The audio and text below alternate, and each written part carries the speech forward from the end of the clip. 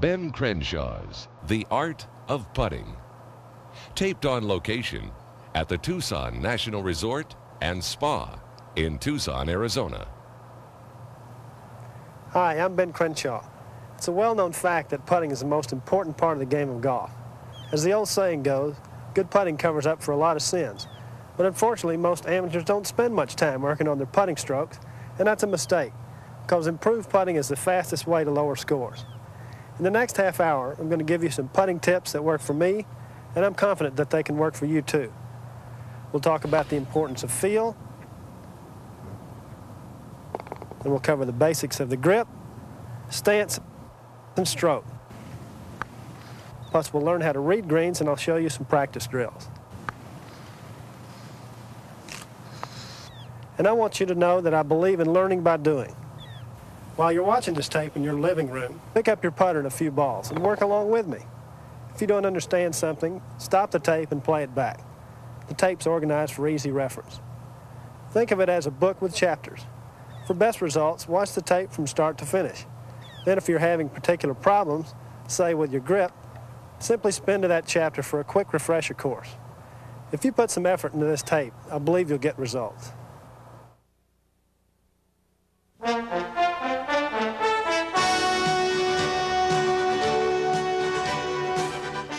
Before we get into the fundamentals of the stroke, I want to talk for a moment about my philosophy of putting.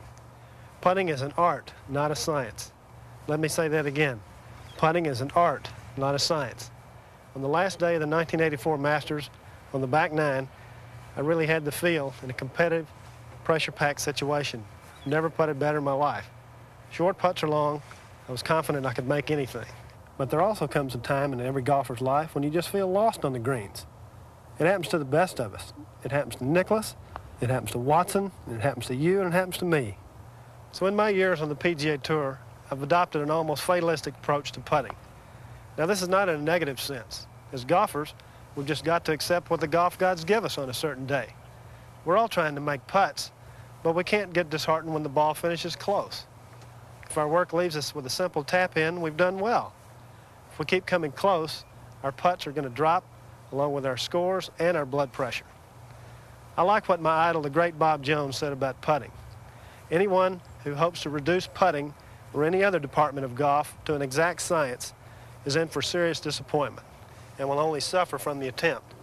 It is wholly a matter of touch, the ability to gauge a slope accurately, and most importantly of all, the ability to concentrate on the problem in hand, that of getting the ball into the hole and nothing more. You see, it's simple.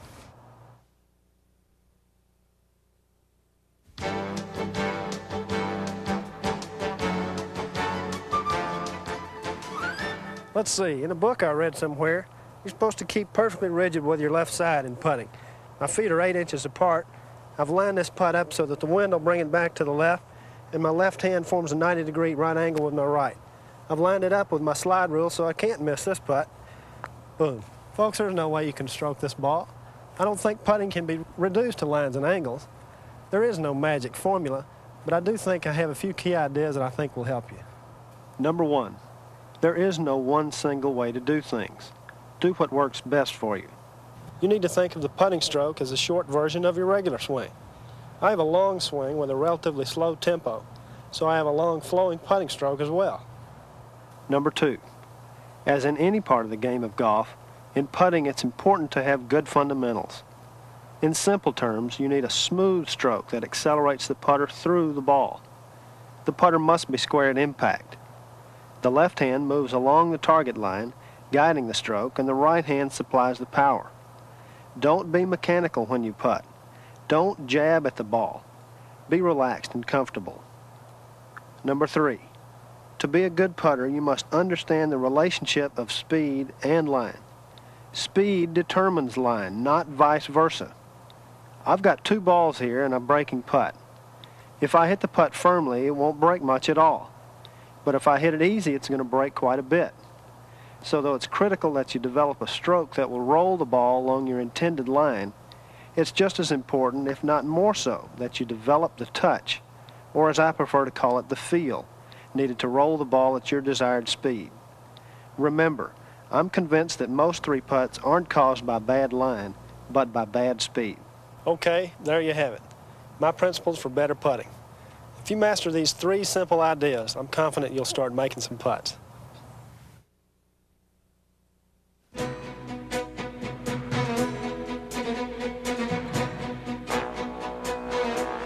As I said a moment ago, putting is a combination of speed and line. So as we work our way through the art of putting, I want you to be aware of the paramount importance of touch, or as I prefer to call it, feel. If you're going to be a good putter, you've got to have good feel on the greens. It's that simple. But feel is very difficult to define. In simplest terms, your feel is an instinct that tells you how hard to hit the putt. Think of a wedge shot from 110 yards. You can swing that club full. From 60 yards, I have to use a shorter swing. How do I know how hard to hit it? Well, I can't program my swing like a computer. I can't say, well, it's 60 yards to the green, so that requires a 75% swing. No, I've got to rely on my feel to tell me how hard to hit the ball. Same is true in putting. Try this with me. Stand up, take your putter in your hands, and line up over the ball. Pick a spot 10 feet away, close your eyes, and stroke the ball. Your feel should tell you how hard to hit the putt. It's important. When you've got good feel, your putter is like an extension of your hands, arms, and shoulders. Everything moves as a unit. How do you get good feel? Well, as I said, feel's an instinct, but it's a learned instinct. There's no miracle cure. It takes lots of hours on that putting green to hit all kinds of putts. And although good feel is really a function of practice, there are some things that you can do with your grip, stance, and stroke that will promote good feel. I'll show them to you as we move through the tape.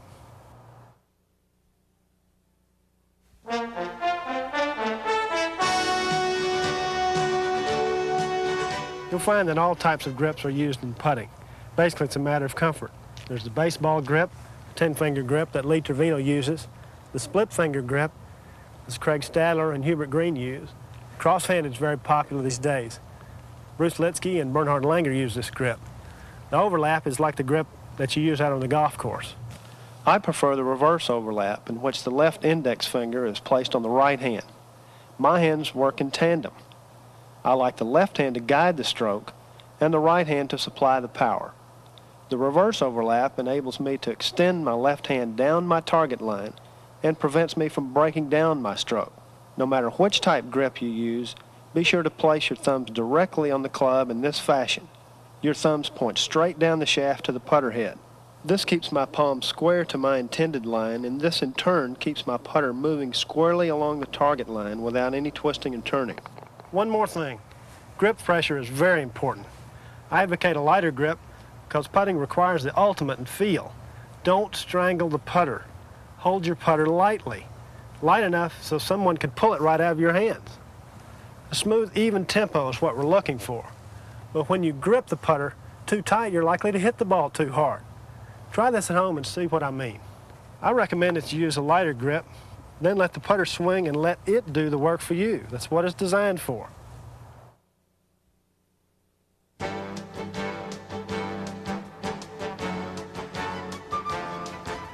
There are no clear guidelines for the stance. It's whatever works best for you.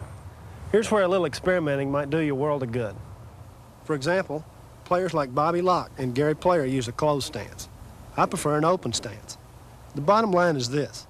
You need to choose a stance that's comfortable, one that gives you your best vision, and one that will allow you to put your hands on the line you've chosen. It really doesn't matter how you set up. It's the stroke and the direction of the stroke that really count. I like what Jackie Burke says. It's better to stand off the line to one side or the other. You put your hands on the line, not your feet. When I putt, my feet are usually about shoulder width. This gives me a good base to make a smooth, flowing stroke. Width of feet is purely a matter of personal preference. Just remember that if your feet are too wide, your body will be rigid. Once your feet are set, it's important that you play the ball correctly in relation to your stance. Ball position helps determine how you stroke the putt. Now, if you play the ball back in your stance, there's really no way you can have a smooth stroke. You're going to have to jab at it. So I play the ball well forward. With the ball up in my stance, my arm and shoulders feel free and easy. I can make a smooth stroke that accelerates the putter through the ball. Now I'm often asked, Ben, how far away from my feet should the ball be? If you play the ball close to your feet, you'll have a wristy stroke because your arms are impeded. But if you use this method and get results, by all means, stay with it.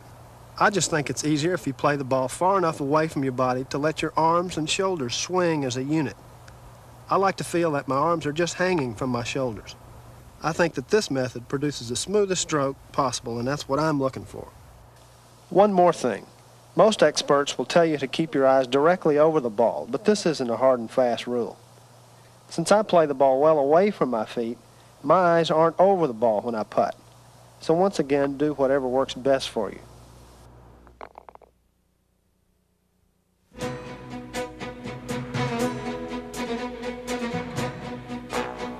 Bob Jones had another great line about any stroke in golf. He said what's really important is to take the club back far enough, whether it's a driver, a 5-iron, or in this case, the putter.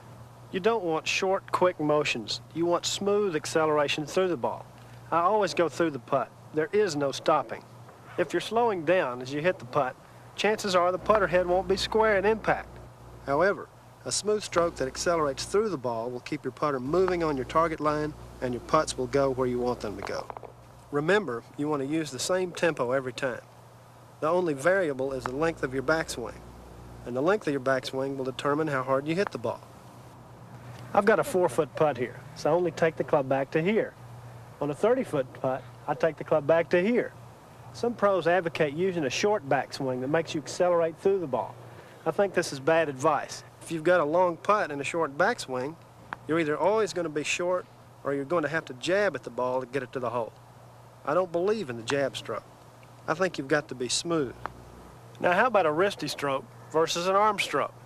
Well, there have been a lot of great wrist putters, most notably Billy Casper and Arnold Palmer. If you putt well with a wrist stroke, keep with it. Once again, whatever works best for you. I putt with an arm stroke. My hands, arms, and shoulders work as a unit, and I think this will work best for most amateurs. A wristy stroke requires perfect timing. It's actually a fairly complicated motion, and there are a lot of things that can go wrong. The arm stroke is much simpler. I begin my stroke with a slight forward press. A forward press is simply a timing mechanism that helps me start my stroke with a smooth motion. I guide the putter with my left hand, and the right hand supplies the power, just like in a regular swing. I push the putter back and pull it through. Try it with me. I push the putter back, pull it through. Push back, pull through. That's the tempo I'm looking for. And one other thing. It sounds obvious, but don't forget to keep your head down. It's just as important in putting as it is in driving. If you look up too soon, it's going to knock your putt off line.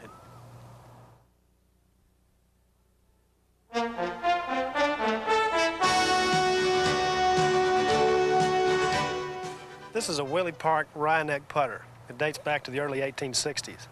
I keep it on a wall beside my fireplace at home because I really appreciate the traditions and the history of golf. In fact, I think we can learn a great deal from studying the masters. Let's start with Bobby Jones. He had a long, flowing stroke that was simple, smooth, and elegant.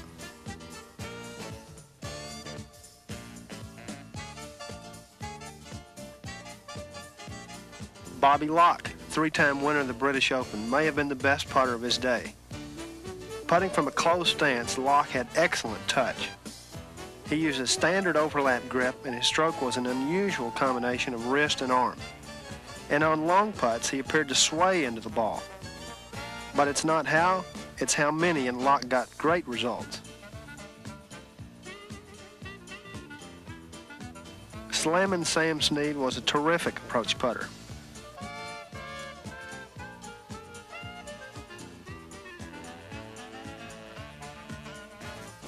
Like most of the players of his day, Snead putted with a wristy stroke. Today's fans, who've only seen Sam putting side saddle, tend to forget what a fine putter Sam was.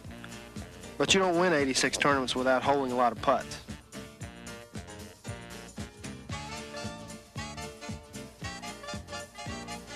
Ben Hogan was known for a steely concentration. Watch here as Hogan uses his putter as a Texas wedge. He chops down on the ball to get it through the fringe. Hogan worked hard on every putt, short or long. But even Hogan had to use the back door on this occasion. He once said that he putted his short putts as if someone were holding a gun to his head. Folks, that's concentration.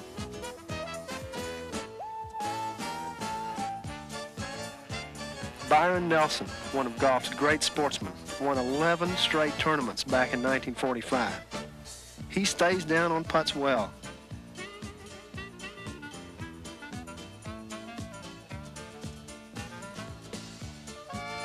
He accelerates his putter through the ball, and he has a nice touch on the greens.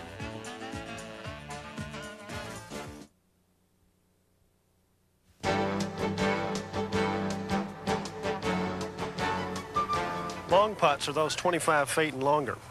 Our goal here is to get the ball close so we don't have much work to do on our second putt. There's nothing more demoralizing than a three-putt green, and good approach putting will give you an easy tap-in to help you avoid those three-putt blues. My natural stroke is long and full, which is ideally suited to good approach putting. I'm simply hanging on to the putter, letting my backswing take care of the length of the putt, all the while trying to make the smoothest stroke possible. I find it very useful to stand up to the putt a little taller, as this makes it easy to make the long stroke. When you've got a rather lengthy putt, try and imagine a large bullseye around the cup that you're confident you can hit. The bullseye should be sized so that if you hit your mark, you'll have no trouble getting down in two. And if you can two-putt consistently from 25 feet and out, you're going to cut some strokes off your score in a hurry. Remember, good feel is essential on long putts. Once you develop it, you're always going to be around the hole. So spend a lot of time on the practice green working on those long approach putts. It will pay great dividends out on the golf course. And here's a tip that I think will help you. When you're lining up long putts, worry about the speed. The line's really secondary. Think of it this way. You can have perfect line, but if your speed is off, you're going to have a tough putt to get down in two. But if your pace is good, you're going to be close, even if your direction is off a bit.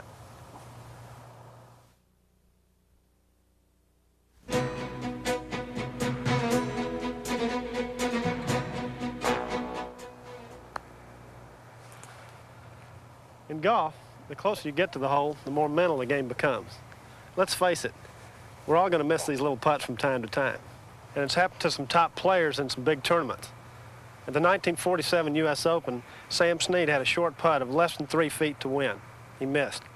In 1970 at the British Open, Doug Sanders had a similar putt for victory, and he also missed. Both Snead and Sanders lost in playoffs. Those little putts can be very costly. From 8 to 10 feet on in, the putt becomes a 70-30 proposition.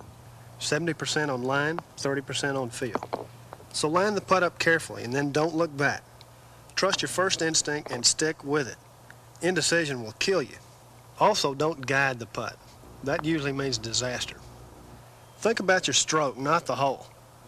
Give the putt a smooth stroke and accelerate through the ball. On short putts, the tendency is to baby the stroke, and you just can't do that. You must be firm to keep the putter head on line. Good concentration is a must, and you must stay down on the putt. I like to think of Gary Player. On short putts, he concentrates so hard that he doesn't look up until he's heard the ball drop.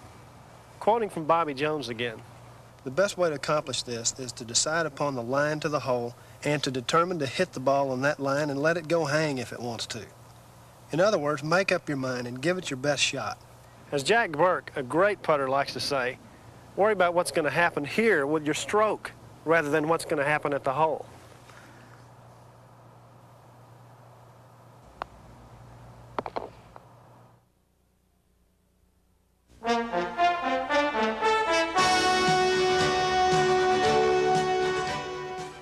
I've spent a lot of time on this tape showing you how I do things. My grip, my stance, and my stroke. Let's take a moment and look at some other styles. Arnold Palmer's bold putting style helped trigger the golf boom of the 60s. This short putt gave Palmer victory at the 1960 U.S. Open at Cherry Hills. Famous for his knock-kneed stance that kept his body rigid, Palmer used a wristy stroke. His philosophy was never up, never in. He wasn't afraid to run his putts past the cup.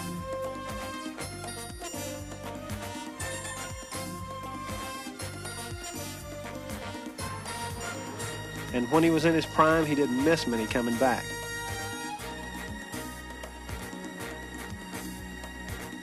Like Ben Hogan, Gary Player was noted for his concentration. Like Bobby Locke, he used a closed stance, and like Arnold Palmer, he was an aggressive putter. His stroke was wristy, almost a jab, but he could knock him in from anywhere on the green.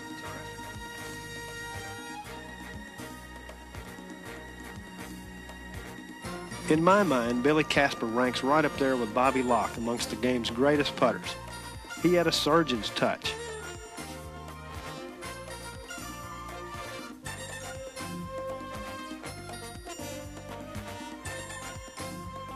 He used a mallet putter and he had a wristy stroke that popped the ball into the cup. Jack Nicklaus is the best clutch putter I've ever seen. Jack putts with his elbows out and his head behind the ball for better vision. Like all the other great putters, he has superb feel.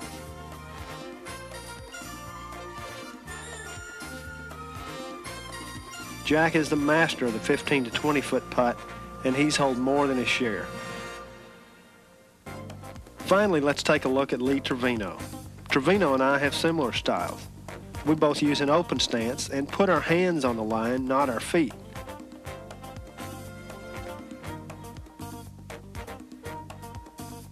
Though Trevino has a lot of fun clowning around on the golf course, he's another tough clutch putter.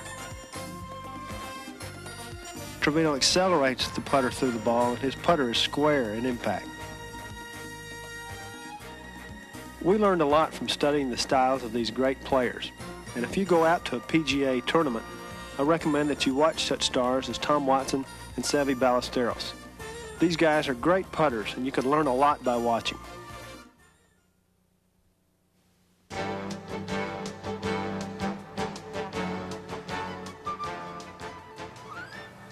Reading greens is not the easiest thing to do. Even a Seve Ballesteros will occasionally misread a putt. But even if you only play on weekends, you can develop the basic skills for reading putts. Study the green carefully. Determine your speed first, because that in turn determines your line. My pro-am partners will often ask, Ben, how much is this putt going to break? And my response is always, how hard are you going to hit it? So when lining up your putts, always think speed first, line second. Now here's some tips on reading greens. First and foremost, always be alert. When walking up to the green, take note of your surroundings. If there's a body of water nearby, your putt will generally break towards the water. If the green is elevated, it will generally drain well, making it firm and fast. If the green is set in a depression, the reverse is true. If you play on Bermuda greens, you must determine which way the grain is running. Going with the grain, your putt is likely to be faster than it is when you're putting against it.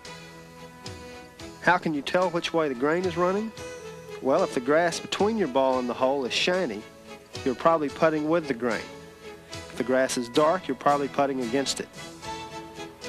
As you walk around the green, you can feel the firmness of the surface with your spikes, and this should tell you a lot about the speed of the putt. And pay attention to your playing partners. Now study your own putt from in front and from behind. Your job is to accurately determine the slope of the green and how it will affect your putt. So get down and low. You'll get a much clearer picture of the slope if you look at it from a variety of angles. And I always play the high side. That is to make sure I play enough break. As I stand over the putt, I try to visualize the entire path the ball will take from the time it leaves my putter until it drops into the hole. To illustrate this point, I've left the flag in the cup. But never do this when you're playing. If you hit the pin, it's a 2-shot penalty. Now I find that most golfers are too line conscious, and they think of the line as a 1/4-inch track from the ball to the hole. But don't forget that your ball can fall in from anywhere around the cup. So your line isn't a line at all. It's a lane that's as wide as the cup. If you get your ball rolling down that lane at the right speed, you're going to make some putts. Which brings me to another point. How hard should you hit your putts? On fast greens like those here at Tucson National, I want to hit the ball just hard enough that it dives into the cup. On slower greens, I can afford to be a lot more aggressive. So I'll hit the ball with sufficient speed for it to roll a few inches past the cup. Finally, don't be afraid to trust your own judgment. Indecision results in missed putts. After you've made up your mind, give it your best stroke and don't look back.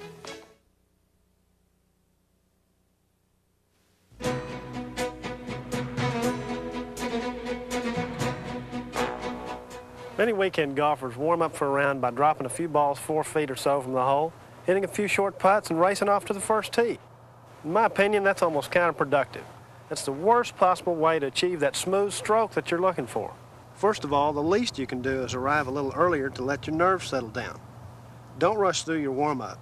Don't, and I repeat, don't start with those short putts. When you miss these short putts, and you often will because you're not properly warmed up, it hurts your confidence. Start out with longer putts, in the 20 to 25 foot range. Don't worry so much about your line. Just concentrate on making a good, smooth stroke. Work on developing your feel.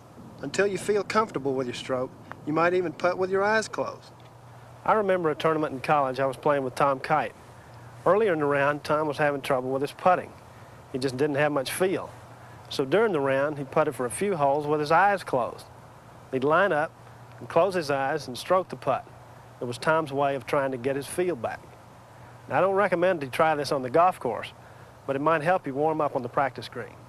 After you feel comfortable on your long putts, only then try your short putts. I recommend that you spend at least 10 to 15 minutes on the putting green before each round.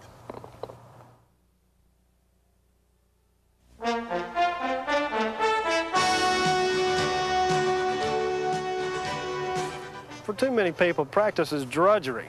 You need to make it fun. In putting, I recommend that you play games with your friends. Games are extremely beneficial because you can work on your long putts as well as your short ones. The conditions are realistic, and you have the added pressure of putting against someone, just as you would on the golf course. Some of the more popular games include Stymie, in which you lose the hole if you hit your opponent's ball; Hole-in-One, a game in which you can only win the hole with an ace; 18-hole match play and 18-hole medal play; and Closest to the Pin, a contest in which you try to outlag your opponents. Now here are some drills to work on when you're alone. If you're having trouble with your stroke, just try a few putts without putting at a hole. Just putt to an area. This is great for developing feel, and you'll be surprised at how quickly your stroke comes back because the tension's gone. Hit lots of long putts from a variety of angles. And as I mentioned in the preceding chapter, you might try hitting a few putts with your eyes closed. Once again, this is a great exercise for promoting feel. Hit some putts with just your left hand. Remember, it's the left hand that guides the stroke. Putt at a coin or another small object. If you can get close to a quarter, you won't have much trouble with a regulation-sized cup. If you have access to a home video camera, have someone shoot video of your stroke. This will help you analyze your putting. Plus, have someone take video of your stroke when you're putting well. This will serve as a reference to help you solve any future problems. To putt well, you should hit your putts on the sweet spot, and finding the sweet spot is easy. Hold the ball and putter in this fashion and tap the ball against the putter face. When the face doesn't roll or twist, you found your sweet spot. If you hit your putts on the sweet spot, you'll get a true roll. As another key to improve putting, I recommend that you keep a diary of your rounds. Chart your putts, both the number of putts per round and how you hit them. If you find that you're consistently pushing or pulling the ball, it probably means that you're hitting the putts off center. If you push the ball, you're probably hitting the ball off the toe. If you're pulling the ball, in all likelihood, you're hitting the ball off the heel. Here's a great way to find out where you're hitting the ball in relation to the putter face. Harvey Pinnock, my teacher and one of the truly great teachers in all of golf, taught me this trick. Take a can of talcum powder and sprinkle it liberally on the back of the ball.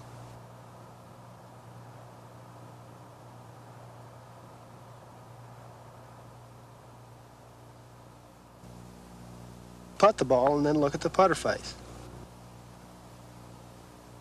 The white powder will tell you where you hit the putt. Finally, let me say a word about all the practice devices that are on the market.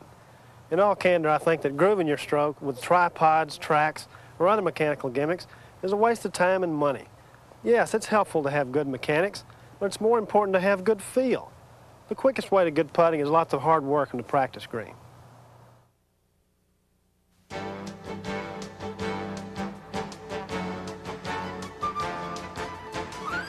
Many of you know that my biggest hero in golf is Bob Jones. Winner of the Grand Slam in 1930, Mr. Jones was one of the greatest golfers ever. He was also one of the game's true gentlemen. He was a great player who had a clear understanding of the fundamentals of the swing. You'll find his ideas throughout this tape. After he retired from competition, Mr. Jones made a series of instructional films called How I Play Golf. Featuring many Hollywood stars, these films were as entertaining as they were informative. Time won't allow us to present the entire film, so we've edited some clips together. This film on putting features actor Frank Craven and comedian Joey Brown. Anybody who can half top a ball and roll that close to that pin is pretty lucky. Oh, listen to the birdies. Never hear me do any squawking. No, I'm deaf in this ear. Remember, this is for a box of balls, kid. All right, give me the niblick. Get out of the way.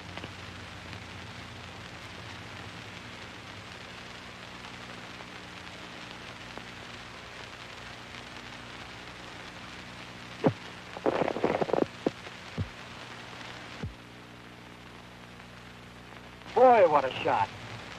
Yes, and that makes the situation entirely different, too. Oh, boy. Stop shot. Come on, boy.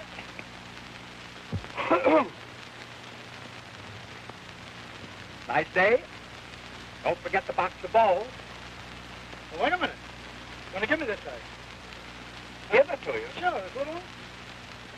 You mean conceded? Yeah. I made mine, didn't I? Shoot. All right. All right. Just the way you feel about it.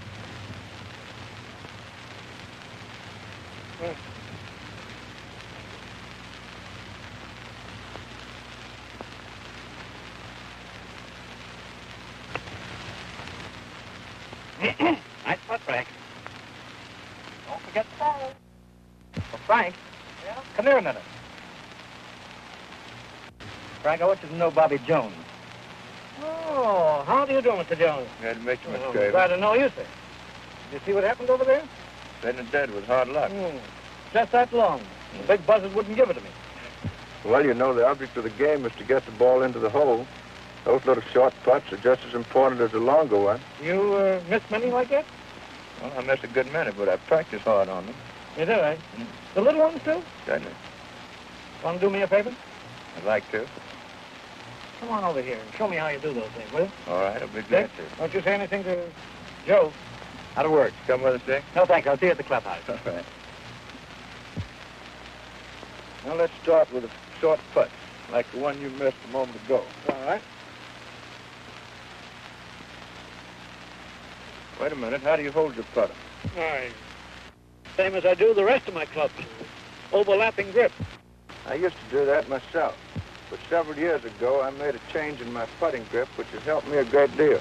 I'll do anything that's going to help me. Here, this is my ordinary grip with every club except this one, overlapping in the way you see here.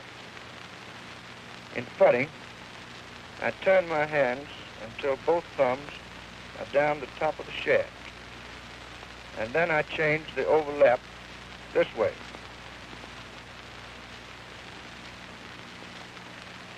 In this position, the hands are free to move back and forth like a hinge, with no tendency to turn in either direction. I always like to grip the club very loosely in my fingers, so that there's not the least tension in either hand or wrist. It is then quite an easy matter to swing the club straight back and straight through the ball. That feels great. I always like to stand naturally and just bend over enough to reach the ball. I like to feel a little looseness in my knees. I don't try to putt with my body, but I never try to keep my body still. I like it to be free so it can move if the stroke demands it. You see? Something like this.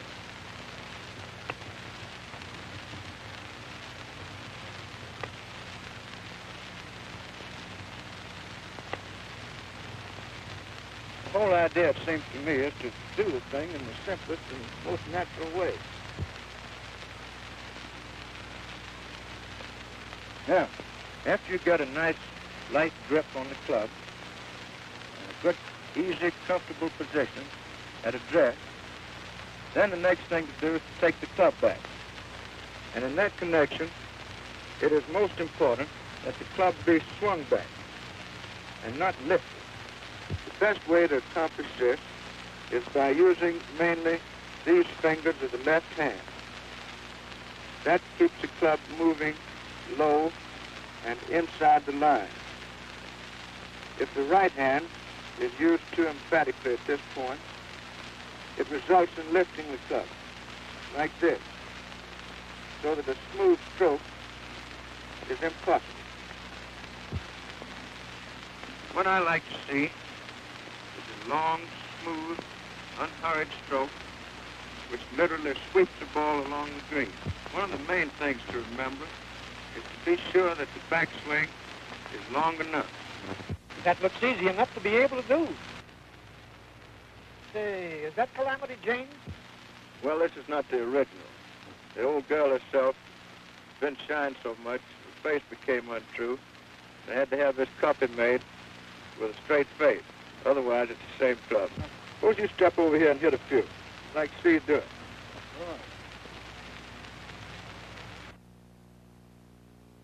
Nice long swing now.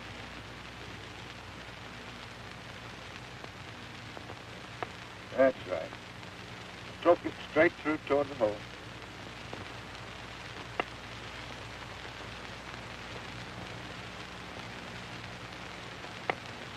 That's fine. Bring me a victim. Hey, Frank! Come on, pay me that box of balls. I'll putt you once, double or nothing. Okay, I'll be right there. Don't go away. Here's where I get even. I think you better leave me out. I'll watch him over here. Come on, Lou. You certainly are a glutton for punishment. Don't want to make it three, do you? Sure. Go ahead, putt. No, it's your honor. As usual. Listen for the clink.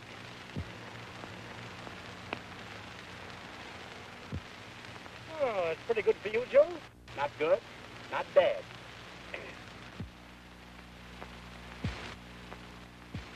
You'll be about there in 3.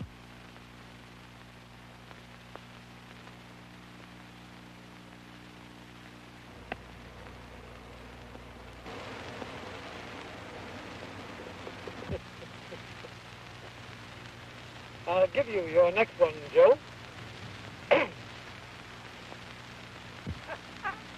How was that? Oh, that was great. Oh, well. Now, see that you don't forget it. Oh, I won't. And I bet he never does. Well, just remember that long backswing. And you'll find that your putts always go up to the hole. Never feel like you're hitting the ball. Just a nice, long, sweeping stroke.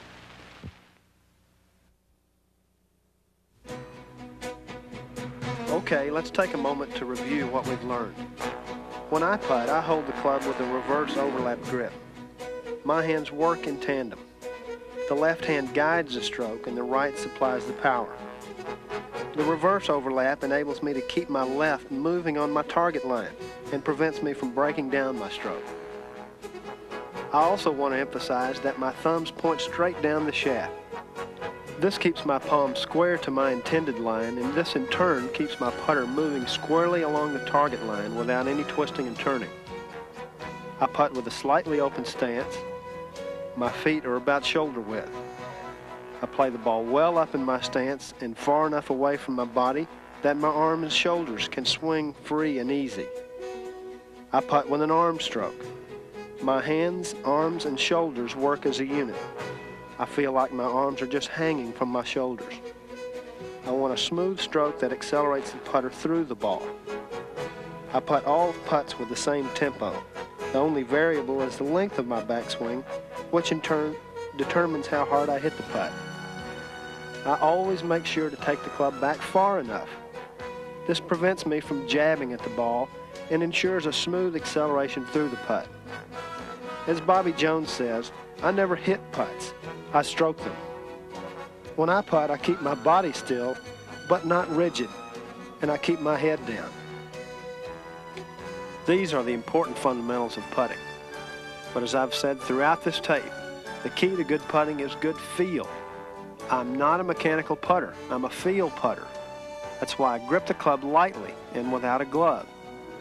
No one can teach you feel. It's an instinct, but it's a learned instinct. And with some hard work on the practice green, you too can develop the feel to be a good putter. I hope this tape has given you a good grasp of the fundamentals. And if you're having some specific problems, go see your PGA professional and take a lesson. He's trained to help you. To play good golf and reduce your scores, it's absolutely imperative that your putting be in fairly good shape. Think of the strokes that you can save when you get a 40-foot putt down in 2, or knock in a 10-foot putt for a par. Willie Park, British Open champion from 1887 to 1889, said it all. A man that can putt is a match for anyone. A man that cannot is a match for no one. Thanks for watching. I hope this tape helps you play better golf.